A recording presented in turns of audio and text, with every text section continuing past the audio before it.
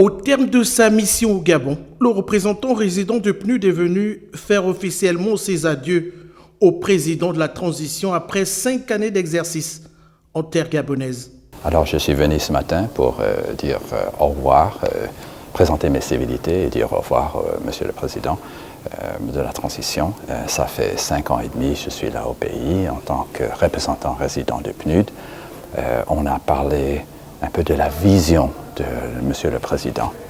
On a exprimé notre soutien qu'on a, le système onusien et le PNUD, particulièrement pour le projet qu'on travaille ensemble, le PUDC, le Programme d'urgence de développement communautaire, les élections qui auront lieu sous peu. On est là à le côté du Gabon.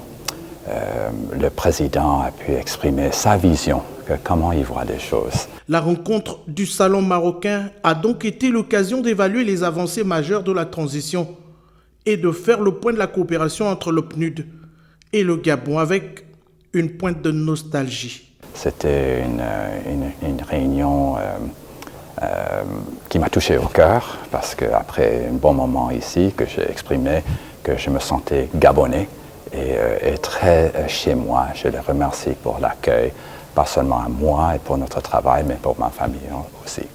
Depuis l'accord cadre signé en novembre 1974, le programme payé du PNUD s'est aligné sur les priorités du Gabon. Et depuis le 30 août 2023, l'organisme spécialisé des Nations Unies s'attelle davantage à soutenir l'effort de réduction des inégalités sociales et de gestion durable des ressources pour les générations futures.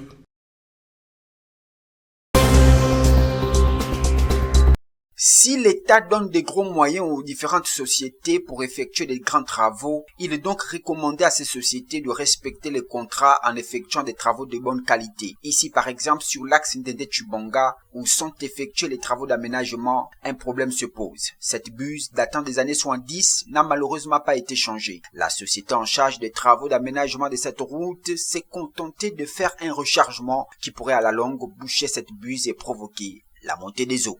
Nous avons constaté que la buse qui est en face de moi est en train de s'affaisser.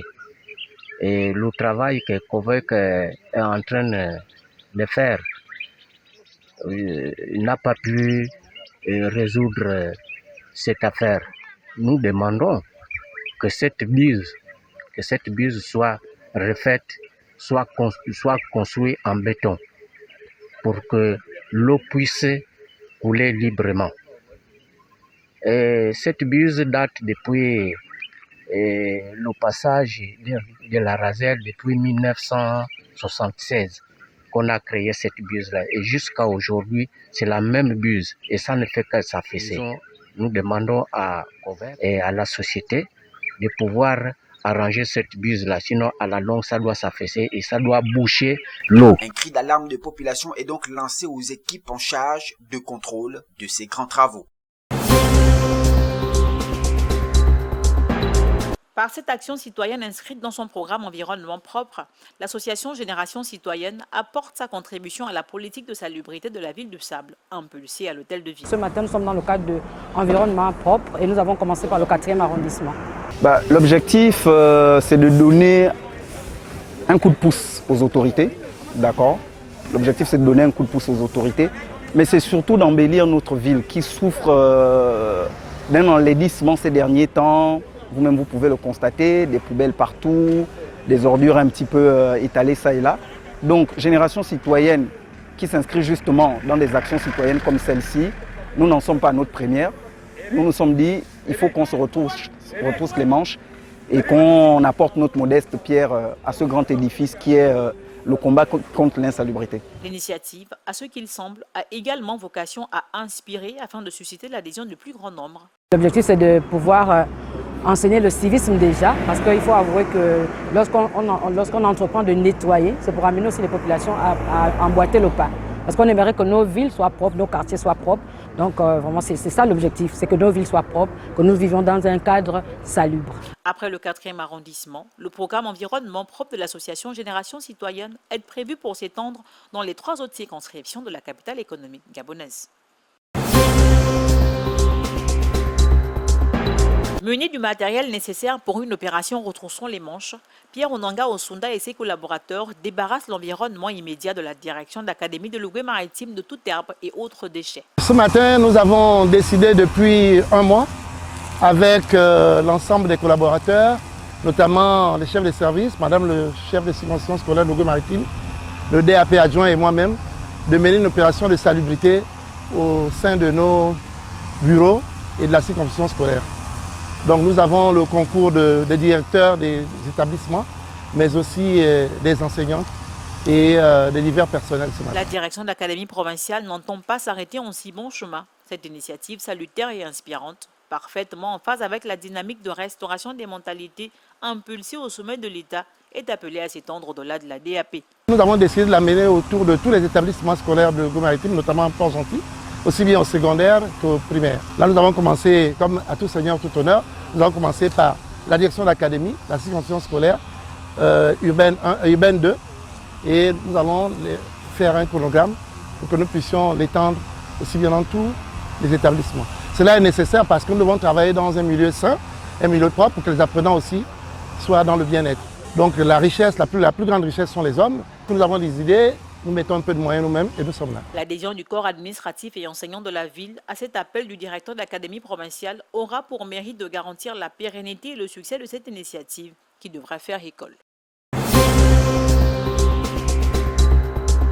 Soucieux de redorer l'image de son quartier, fumier, parfois écorné par l'attitude malveillante de certains de ses enfants, un fils du coin, Roland Nzoma, en ce début d'année, a échangé avec ses proches.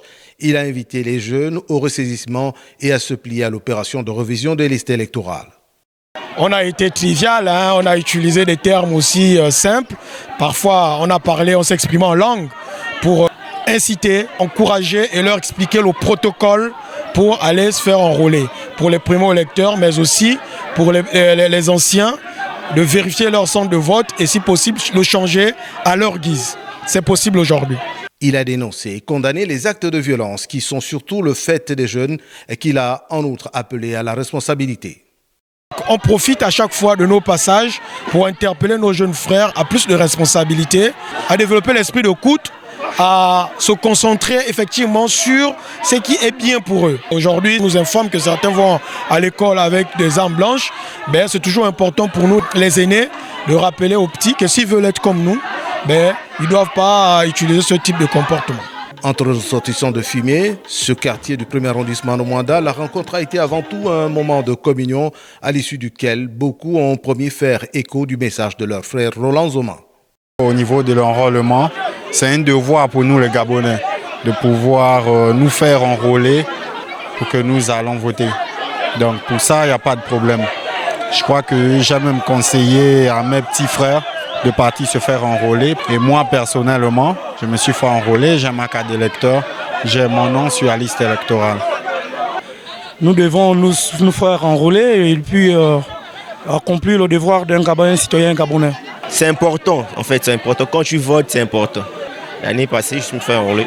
Fumier, c'est un des plus vieux quartiers de la ville de Mwanda, actuellement marqué par une forte croissance de sa population.